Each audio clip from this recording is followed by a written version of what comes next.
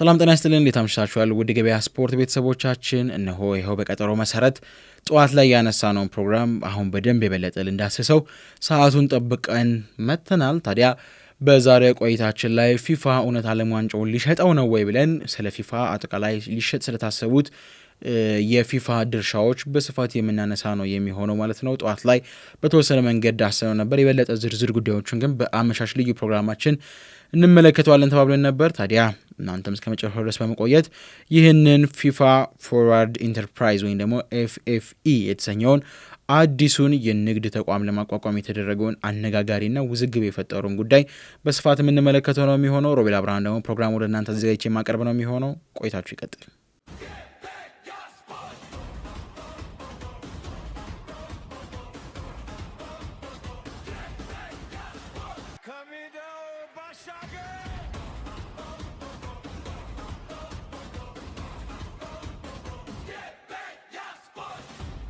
ተመልሰናል። በዋነኝነት ደረጃ የፊፋ ፎርዋርድ ኢንተርፕራይዝ ወይም ደግሞ ኤፍኤፍኢ ተብሎ ስለተሰየመው አዲሱ የንግድ ተቋም ለማቋቋም ማቀዱ የተነገረውና በብዙዎች ዘንድ ውዝግብ እየፈጠረ የሚገኘውን የፊፋን ጉዳይ እንመልከት። ታዲያ ፊፋ የዓለም ዋንጫንና የክለቦች ዓለም ዋንጫን ጨምሮ የንግድ መብቶችንና አጠቃላይ የአስተዳደር ስራዎችን የሚቆጣጠር አዲስ ፊፋ ፎርዋርድ ኢንተርፕራይዝ የተባለ አዲስ አካል ለመመስረት ከባንክ ድርጅቶች ጋር እየሰራ ስለመሆኑ መረጃዎች ወጥተዋል። ታዲያ ይህ እቅድ ዩኤፋን ጨምሮ በርካታ አካላትን ከባድ ቁጣ የቀሰቀሰ ሆኗል እና ዋና ነጥቦቹ ምንድናቸው፣ ዋና ዝርዝሮቹ ምንድናቸው የሚሉትን ነገሮች እንመልከት።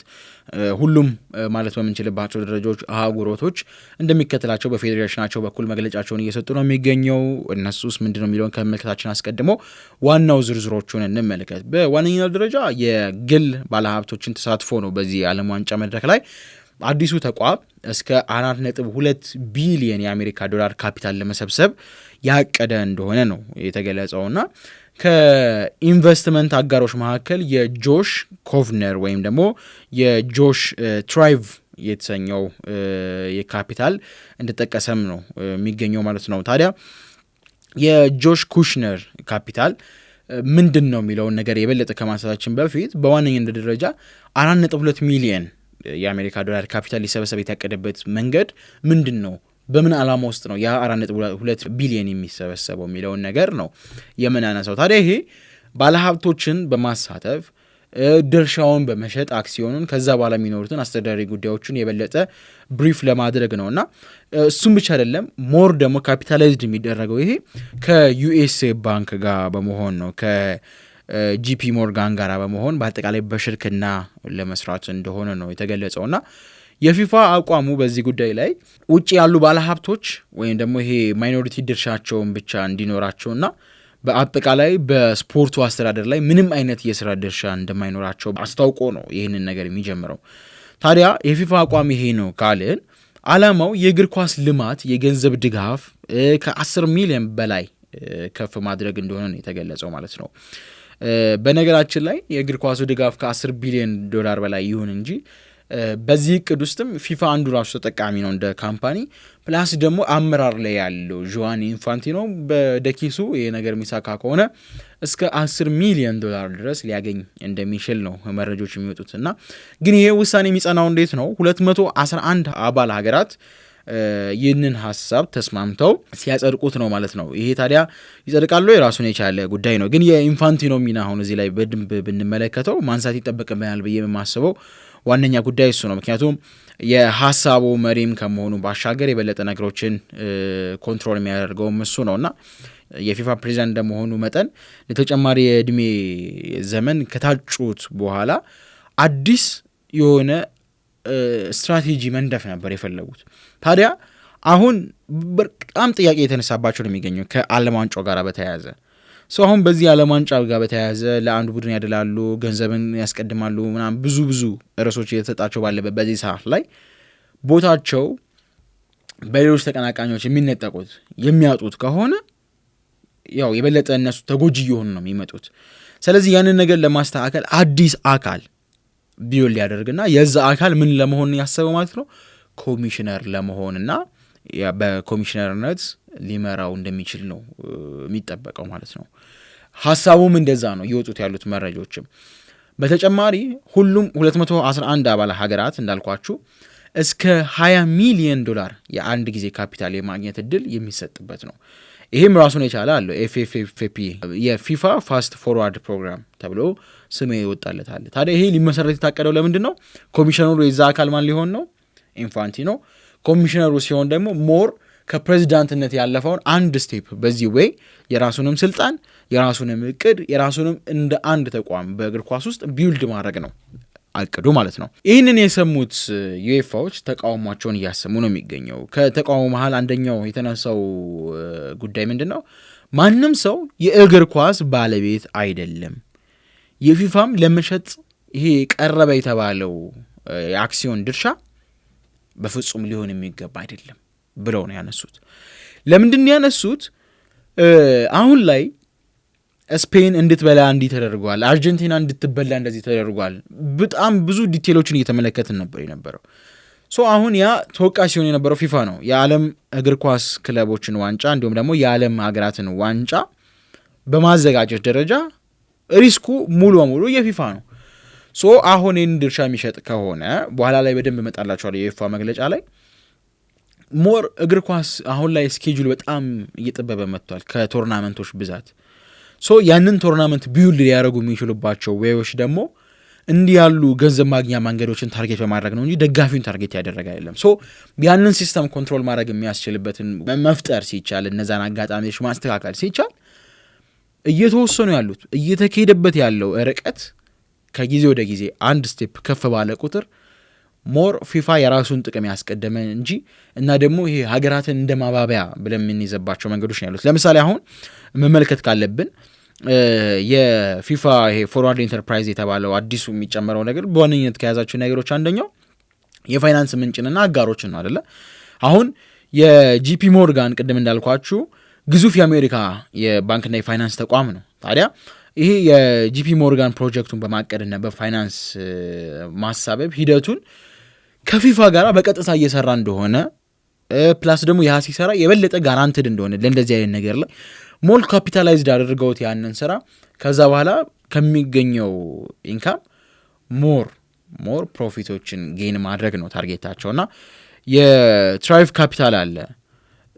የዚህ ሚናው ራሱ ደግሞ የቻለ ጉዳይ ነው። ምክንያቱም ፊፋ ካፒታሉ ለማሰባሰብ ካደረጋቸው ነገሮች በዋነኝነት አንደኛው ዋና የግል ኢንቨስትመንት ድርጅቶችን መካከል የሆኑትን ነው። ልክ አሁን ቅድም እንዳነሳውላችሁ የጆሽ ኩሽነርን ኩባንያ የሆነውን ይሄ ትራይቭ ካፒታልን አንዱ ነውና የትራይቭ ካፒታልን በመጠቀም በዛ ውስጥ ሰክሰስፉል የሆነ እቅዶችን ተግባራዊ በማድረግ ነው።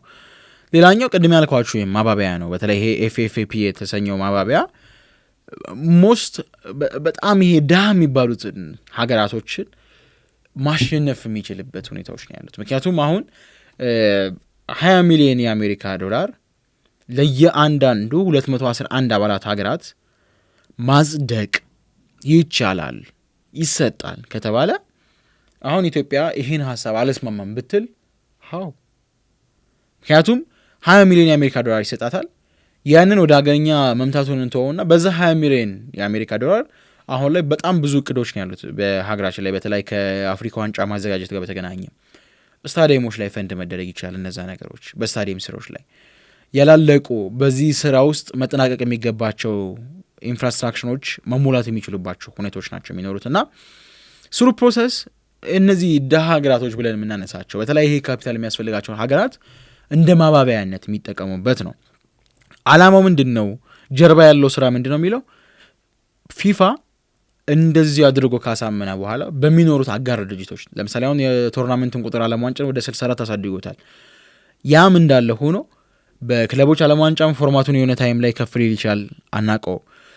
አሁን ላይ የበለጠ ለባለ ሀብቱ ሼሮችን ስቴክሆልደሮችን የበለጠ በማስፋት ውጤታማ መሆን የሚችሉባቸውን መንገዶች የበለጠ እያሰፋ ፊፋም የራሱ ስልጣን ነው። የሚገርማችሁ ነገር ዶናልድ ትራምፕ ጋር ቁርኝነት ያላቸው ናቸው እንዳለ አገር አካላት ተብለው ላይ ቀረቡት ከመጀመሪያ ከቀረቡት በ37ቱ ካውንስል ስር ከነበሩት ውስጥ እንደ እጩ መነሳት አለበት ተብሎ ሲነሳ ከነበሩት ጉዳዮች ከ12ቱ 7ቱ ከትራምፕ ጋር ሞር ክሎዝ የሆኑ ካምፓኒዎች ኦር ግለሰቦች ነበሩ። አሁን የአባላት ሀገራቶቹ ሚና በተለይ ይሄ የ20 ሚሊዮን ዶላር ማሰባሰቢያው በዋነኝነት እያንዳንዱ አባል ሀገራቶችን በቃ እንዳልኳችሁ ማሳመኛ ነው የሚሆነውና ኢንፋንቲኖ የኃላፊነት ቆይታውንም እንደማራዘሚያ ሊያደርገው ይችላል። ምክንያቱም በዚህ አጀንዳቸው ውስጥ ያለው ዋነኛውን ታርጌቱ ምንድን ነው? የእግር ኳሱን ካፒታል አንድ ስቴፕ ማሳደግ ብሎም ደግሞ ሀገራቶች ሊያገኙት የሚችለውን በእግር ኳስ ፋይናንስ አንድ ስቴፕ ከፍ ማድረግ ነው። እግር ኳስን ወደ ቢዝነስ፣ እግር ኳስን እንደ አንድ ኢንቨስትመንት፣ እግር ኳስን ልክ እንዳለ ያለ ኢንተርቴንመንቱን ወደ ብር የመቀየር ኃላፊነቱን የበለጠ ለማጠንከር ነውና ለተጨማሪ የውድድር ዘመናቶች እንደገና እንዲመረጥ የሚያስችለውን ነው። ምክንያቱም ከ211 ሀገራቶች ውስጥ 201 ድምፅ በመሰብሰብ ነው ከ201 ሀገራቶች ድምፅ በመሰብሰብ ነው ኢንፋንቲኖ ዛሬ ላይ አሁን ላለው ቦታ ላይ የተቀመጠው። አሁን ላይ መልሶ ይህንን 20 ሚሊዮን የአሜሪካ ዶላር የሀገሪቱ ማከፋፈል የሚችል ከሆነ ኢማጂን በዛ ቦታ ላይ ቀጥል የሚችልባቸው መንገዶች አይኖሩም። አሁን ከዚህ በኋላ በቀጥታ በሚኖረው ሂደት ላይ የተቋቋሙ አዲስ አካል ነው የሚሆነው። ይህም በፊፋ ስር ሆኖ ግን ደግሞ ከፊፋ ኮንትሮል ውጭ የሆነ በእነዚህ ስቴክሆልደሮች ብቻ ሊድ የሚደረግ በኤፍኤፍቢ ወይም ደግሞ ፊፋ የሚለውን ነገር እንዳለ ሆኖ ከዛ ፎርዋርድ የሚለውን ነገር ኢንቨስትመንት የሚለውን ነገር መግባት የሚችልባቸው ሂደቶች ናቸው የሚኖሩት ማለት ነው። ታዲያ የዚህ ኮሚሽነር በመሆን ስራውን የበለጠ በታላቁ ኃላፊነት እንዲመሩት የሚያስችልበትም ሁኔታ ስላለ ከዛ በላይ ፕሬዚዳንትነት ጉዳዩ ያን ያህል ጥያቄው ላይ ገባ ይችላል ማለት ነው። ታዲያ አሁን መግለጫቸው ምን ይመስላል ወደሚለው ከመግባታችን አስቀድሞ ምናልባት የእግር ኳስ ባለቤት የለም ቅድም ያነሳውላችሁ የዩኤፋን ምንድነው ጭብጡ የሚለውን ነገር ለመመልከት እንሞክር። ዩኤፋ በይፋዊ መግለጫው ማንኛውም ሰው ማንኛውም አካል የትኛውም ድርጅት የትኛውም ኃላፊነት ያለበት ሰው ማንም ከእኛ የእግር ኳስ ባለቤት አይደለም ብሎ ነው የገለጸት። ኢቨን ዩኤፋ፣ ካፍ፣ ኮንካፍ ሌሎቹ እግር ኳስ የደጋፊ ነው። እግር ኳስ የሰው ነው። የዛ የኤንቫይሮንመንቱ ኮምባይን መሆን ነው ኢንተርቴንመንቱን ወደ ገንዘብ መቀየር የሚቻልባቸው ሲስተሞች የሚፈጠሩት። ግን እግር ኳሱን ወደ ገንዘብ እንቀይረው ብለን ደግሞ ሰውን ማሸሽ የለብንም። ቦሪንግ የሆነ ውድድር ማድረግ የለብንም ፉትቦልን ነው የሚሉት። የእግር ኳስ ባለቤት አይደለም ከተባለ ስፖርቱ በፊፋ ብቻ ተወስኖ የሚሸጥ ንብረት አይደለም ብለው ነው መጨረሻ ላይ ሲያነሱ የነበረውና ይህ የኢንፋንቲኖ አካሄድ አጥብቀው እንደሚያወግዙት ነው የሚገልጸው። ፕላስ ደግሞ የአውሮፓ ሀገራቶች በዚህ ሳምንት አስቸኳይ ስብሰባዎችን ጠርተዋል። የአውሮፓ ሀገራት ጉዳዩን አሳሳቢነት በመረዳትና ፊፋ እቅዱን ተግባራዊ እንዳያደርገው በተለይ ጫና ለመፍጠር በዚህ ሳምንት አስቸኳይ ስብሰባ አድርገው የጋራ እርምጃ የዓለም ዋንጫውን ጨምሮ ሌሎች ውሳኔዎችን ለመወሰን የተዘጋጁት ማለት ነው። ዓለም ዋንጫውን ጨምሮ ብሎ ስካይ ስፖርት ይዞት የወጣው መረጃ ምንድን ነበረ? አሁን እየተካሄደባቸው ያሉት ርቀቶች የበለጠ ቶርናመንቱ ከጊዜ ወደ ጊዜ በተለይ ይሄ የኢኤ ስፖርት በየሲዝኑ ስኬታማ የመሆን ጉዳይ ዓለም ዋንጫን ስፔን ትበላለች ካለ ስፔን ትበላለች፣ አርጀንቲና ትበላለች፣ ፍራንስ ትበላለች ያለባቸውን እያንዳንዱ ወይዎች ብራዚል፣ ጀርመን ትበላለች የተባለበትን ወይ እንዴት አንድ ፎርሻት ሆነም የፈለገ ሚኒማይዝ ብታደርግ ዘንድሮ ፈረንሳይን ነበር ብዙ ሲጠብቃት የነበረው ሻጂቢቲ አናላይዝ ሰርቶ ሌሎች ወይዎችም ኢቭን አቋማሪ ድርጅቶች ሌሎች ሁላ እንደነ ፕሎይ ማርኬት ያሉ እንደነ ውስኮርድ እያንዳንዱ ዳታ ኦፕታ ራሱ እያንዳንዱን ዳታዎች እያንዳንዱን ታሪካዊ ባክግራውንዶችን ጌጅ ያደረገ መጥቶ እዚህ ጋር በሚያሳያቸው ሂደቶች ላይ የምንመለከተው ከኢኤ ስፖርት ያልተናነሰ ከሆነ ኦፍ ኮርስ እሺ። ግን ኢኤ ስፖርት የቪዲዮ ጌም ነው። ይህ የቪዲዮ ጌም የጋናው ጠንቋይ ተበላለች ያለው ፖርቹጋልን ነበረ። ጀርመናዊ የሂሳብ ቀመር አይስትም ሲባል የነበረው ሰው ኔዘርላንድ ነበር ያለው። ሌሎችም እንደዚህ አካላቶች የራሳቸውን ግምት ሲያስቀምጡ ነበር። ኢኤ ስፖርት ስፔን አለ፣ ስፔን በላች።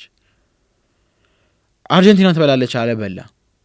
ፍራንስ ትበላለች አለ፣ በላ። ጀርመን ትበላለች አለ፣ በላ። 2010 ላይ ስፔን ትበላለች አለ፣ በላ። ይሄ ራሱ እንደ ራሱን የቻለ ጥያቄ ነው ሊፈጥር የሚችለው።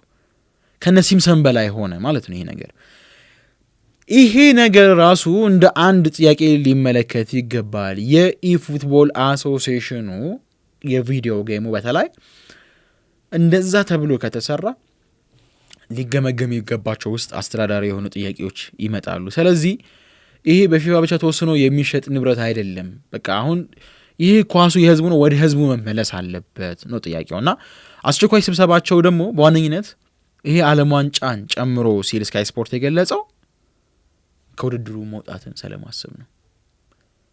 ብዙዎች የማጠብቁት ጉዳይ ይሄ ሊሆን ይችላል። ግን የአውሮፓ ሀገራቶች አሁን ላይ ራሳቸውን ከዚህ ውድድር ለማውጣት ማሰብ ጀምረዋል። በርካታ ትልልቅ ሀገራቶች እነሱ ባይኖሩ ዓለም ዋንጫ ላይመስል የሚችሉ ሀገራቶች ስለማውጣት ማሰብ ጀምረዋል። እንደ ጋራ ለመያዝ ነው፣ አሁን አቋምን ለመያዝ ነው ይህንን ነገር ያደረጉት። ሌሎች ተጨማሪ የሰጡት መግለጫዎች አሉ። በዚህ ጉዳይ ላይም ደግሞ የምናነሳቸው ሰፊ ጉዳዮች አሉ። ቆይታችሁ ይቀጥል። ያደመጣችሁ የሚገኘው ገበያ ስፖርትን ነው። ሮቤል አብርሃም ነኝ። ከመሸጋገሪያ በኋላ ተመልሰን እንገናኝ።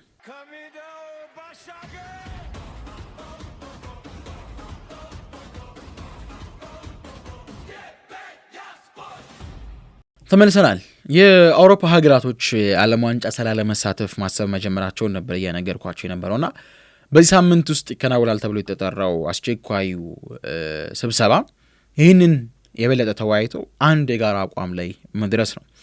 ምናልባት ከዚህ ጋር በተያያዘ ሲነሱ የነበሩ ጉዳዮች አሉ። በተለይ አሁን ታዳጊ ሀገራቶች ይህንን ነገር የበለጠ የሚጠቀሙባቸው መንገዶች አሉ። ምክንያቱም የፊፋ እቅድ ይሄ ፊፋ ፎርዋርድ ኢንተርፕራይዝ የሚለው ራሱን የቻለ ጉዳዮች አሉበት።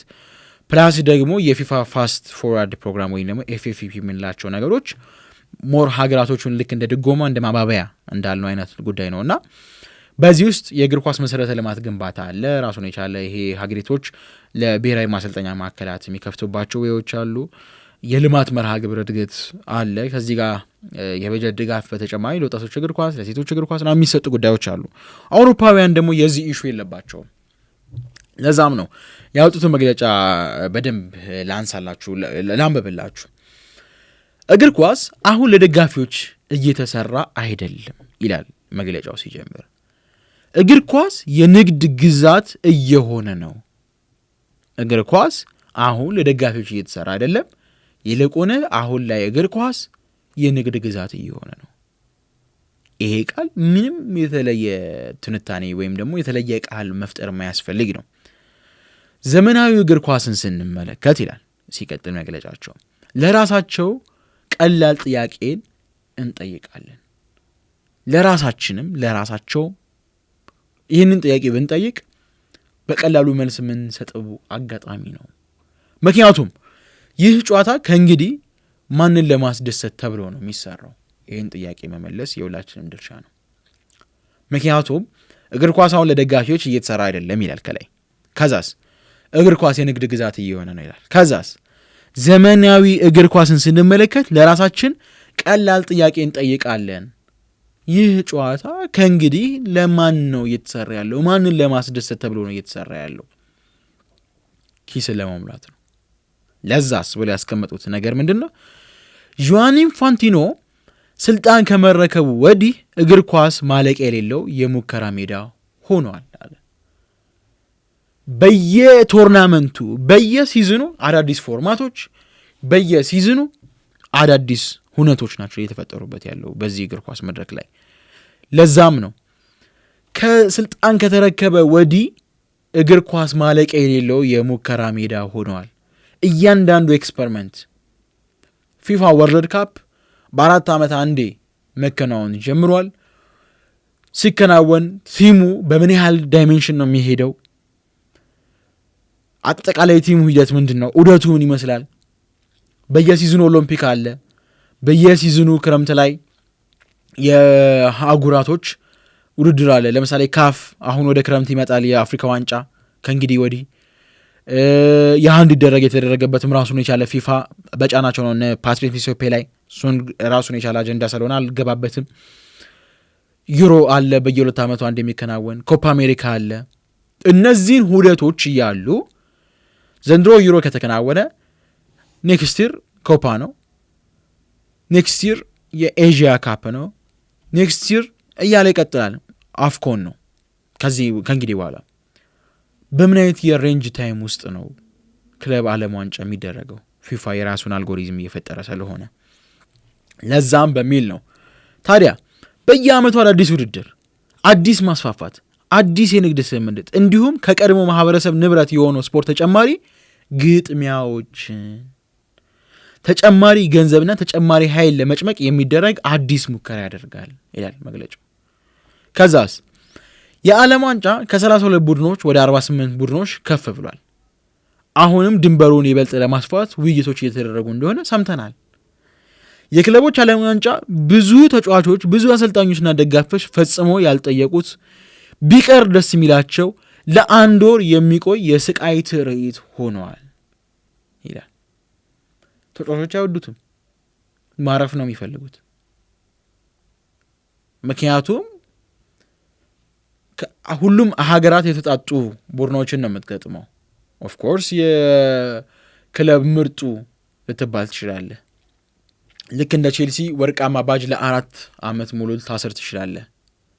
በ4 ዓመት አንዴ የሚከናወን ስለሆነ ጉዳት ላይሆን ይችላል። ግን እንዳልኳችሁስ ሌሎች መሰል አህጉራዊ ውድድሮች ደግሞ መሀል ይከናወናሉ።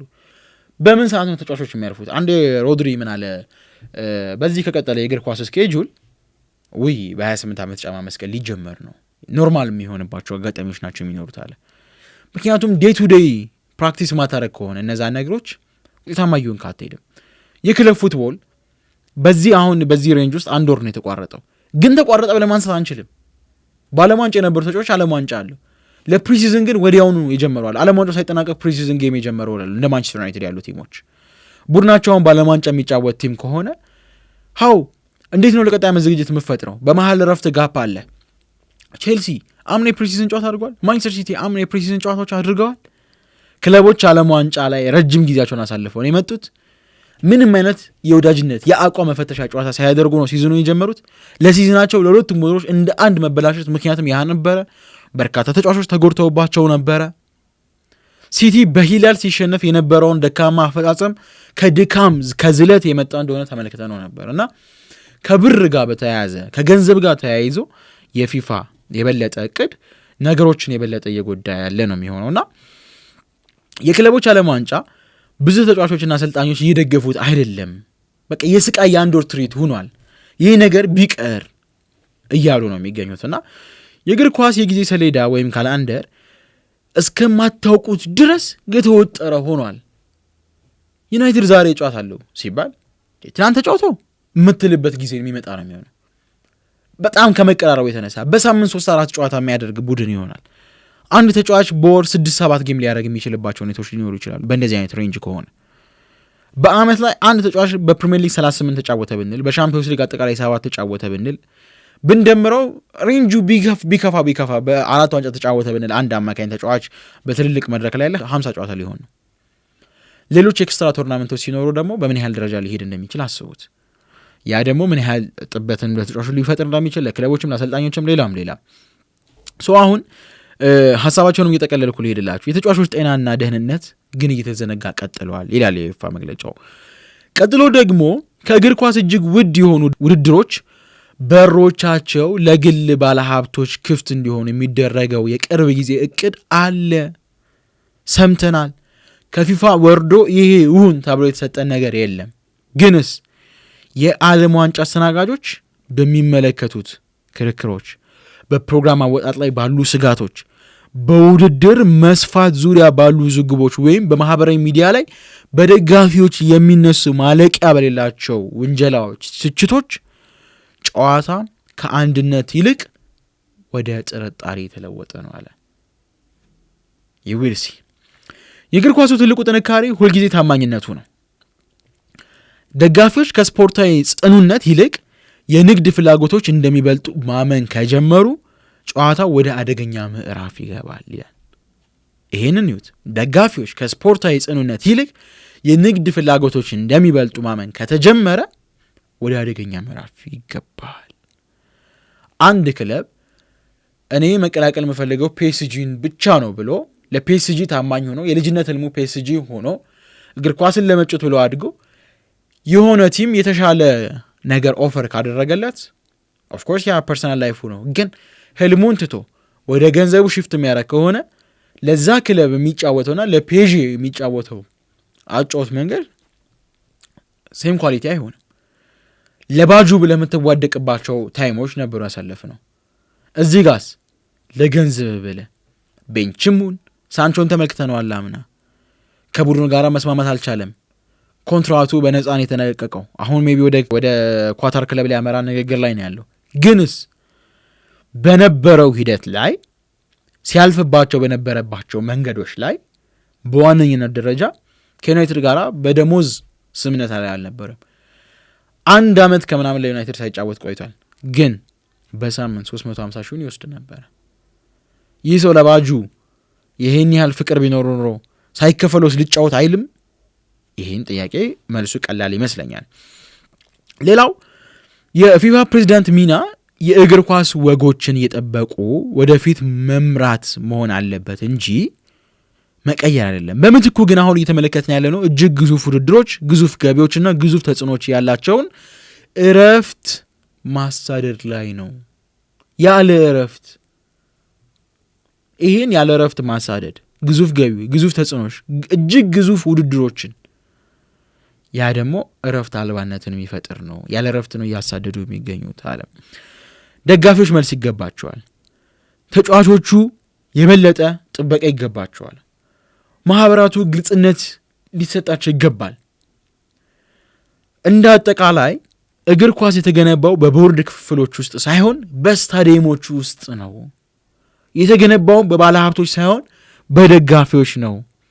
የደጋፊዎች ዑደት ነው ባለሀብቱንም ስፖርቱንም ወደ ተሻለ ኢንተርፕራይዝነት መቀየር የቻለው። በዚህ መንገድ መቀጠላችንን ከቀጠልን መጪው ትውልድ ሊበለጽግ የሚችል ስፖርት ሊረከብ ይችላልን ብለው ጥያቄውን አቅርበዋል። ነገር ግንስ የተሻለ ስፖርት ይሆናልን የሚለውን ደግሞ የምናየው ሁኔታ ነው ብለዋል፣ እንስተዋል። ልክ ናቸው ብዬ ነው ማስበው። እኔም በቃ የኔም በውስጥ ያለው ሐሳብ ያ ነው። ምናልባት የኮንካፍንም ሐሳብ በዚሁ ላጋራችሁና ፕሮግራማችንንም እናጠናቀው። የኮንካፍ ከባዱ ግዘት አለ። በተለይ ደግሞ በፊፋ በሂደቱ ላይ እውቅና ባለመስጠቱ ከዩኤፋ መጀመሪያ በነገራችን ላይ ሲነሳ የነበሩ ነበር እና ሲፋሪን ሲያነሱ እስካሁን የወረደ ደብዳቤ የለም ከፊፋ ግን በተለያዩ ሚዲያዎች ላይ አናውንስ ሆኗል። ትልልቅ ሚዲያዎች ምናምናቸው ሚዲያዎች ዘ አትሌቲክስ ሌሎች መሰል እና ስካይ ስፖርት፣ ዘ ጋርዲያን፣ ዘ ታይምስ ይዘውት የወጡት ጉዳይ ነው። ታዲያ የሰሜንና የመካከለኛ አሜሪካና ካራቢያን እግር ኳስ ማህበር ኮንካፍ ፊፋ ባቀረበው አዲስ የፊፋ ፎርዋርድ ኢንተርፕራይዝ ዙሪያ ጠንካራ መግለጫን ነው እነሱም ያወጡት።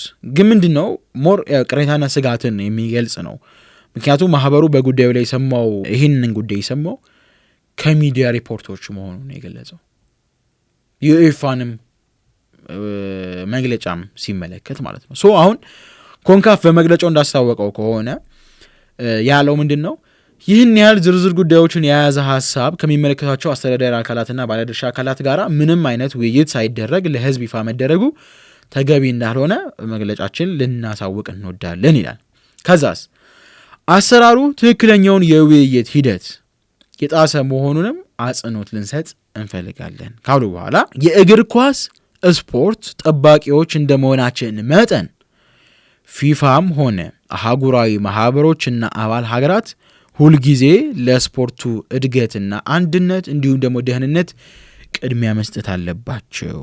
የተደረጉ ማናቸውም ውሳኔዎች በጥሩ አስተዳደር፣ በጠንካራ ሂደቶችና በረጅም ጊዜ እቅድ ሊመሩ ይገባል። ያ ካልሆነ ግን መጨረሻው ፉርሽ ነው የሚሆነው።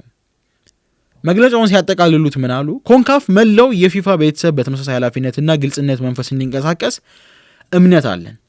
ይሁን እንጂ አሁን ያለው አካሄድ ግን ተቀባይነት እንደሌለው በይፋ ልናስታውቅ እንወዳለን ሲሉ ነው የገለጹት። እና የፊፋ ሐሳብ የፊፋ አካሄድ በምን አይነት መንገድ ይታያል የሚለው ብዙዎችን የሚያነጋግር ጉዳይ ይመስለኛል። እናንተ ከዚህ ውስጥ የተረዳችሁትና የፊፋን ገንዘብ ብቻ የሚለውን ሐሳቡ ዓለም ዋንጫው ሊሸጥ ነው እንደሚለውን ሐሳብ እንዴት ተመለከቷላችሁ የሚለውን ሐሳብና አስተያየታችሁን አስቀምጡልን።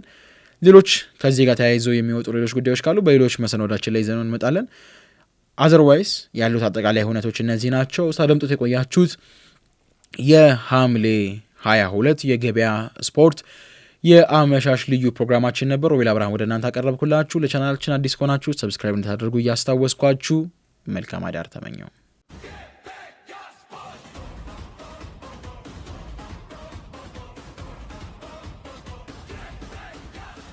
Camino Bashaga!